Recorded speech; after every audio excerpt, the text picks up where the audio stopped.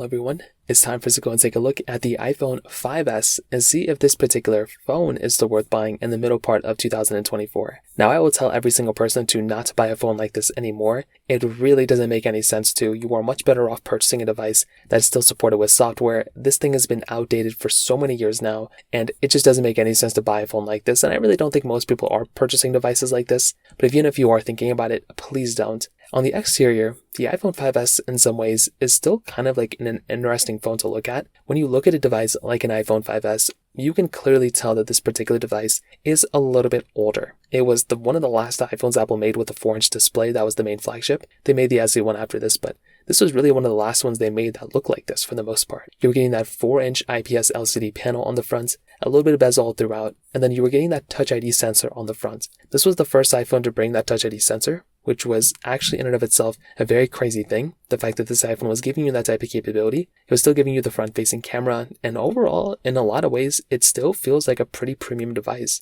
And I'm still very happy and excited whenever I use this phone, because it really doesn't feel like that old of a or a cheap phone. You're getting a lightning port at the bottom, which is great. Headphone jack here too, which is really, really cool. On the sides, you're getting a flat side completely on this particular phone, which again is a very nice thing to have. I love having flat sides, and this phone, pretty much fits the criteria right there. On top of that, you're also getting on the back an interesting styling of a back. So you're getting this like top glass and bottom glass part, but in the middle, like 80 to 90% of the back is aluminum, and a single camera setup in the top left corner with flash. And overall, this phone, still feels like a pretty premium phone.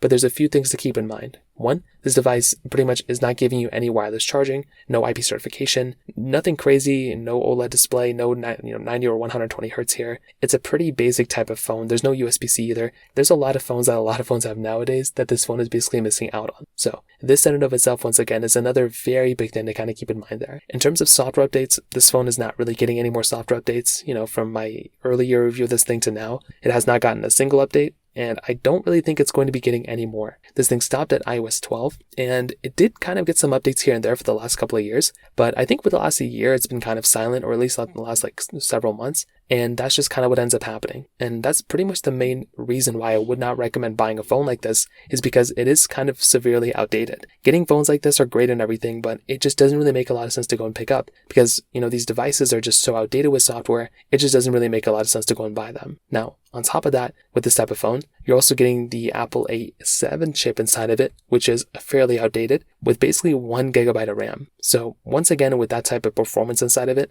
it is a very, very basic type of device. And like I said before, that's kind of what ends up happening when you're getting phones like this. These are very old devices. And for the most part, if you needed to, you could use this phone as an everyday basis for like basic stuff. If you need to go through and just do some very basic things like take photos or like do a phone call or text message or something like that. I've seen some people use this phone as some things like that. But for the average everyday person, it just doesn't make any sense to go and buy a phone like this, because you're much better off purchasing devices that are still supported with software with the future ahead of them. So overall, what I'll definitely tell you is, I like this phone. I think there's, some reasons to still use a phone like this, but I would probably recommend every single person to buy a phone that's still supported. So think of phones like the iPhone XR and above. So that pretty much covers it up there. If you have any other thoughts or questions, please let me know in the comment section below. Hit the like button, that would mean so much, but definitely hit that subscribe button. More importantly than everything else, I love every single one of you guys. Hopefully I'll catch you guys in the next video. Peace out till then.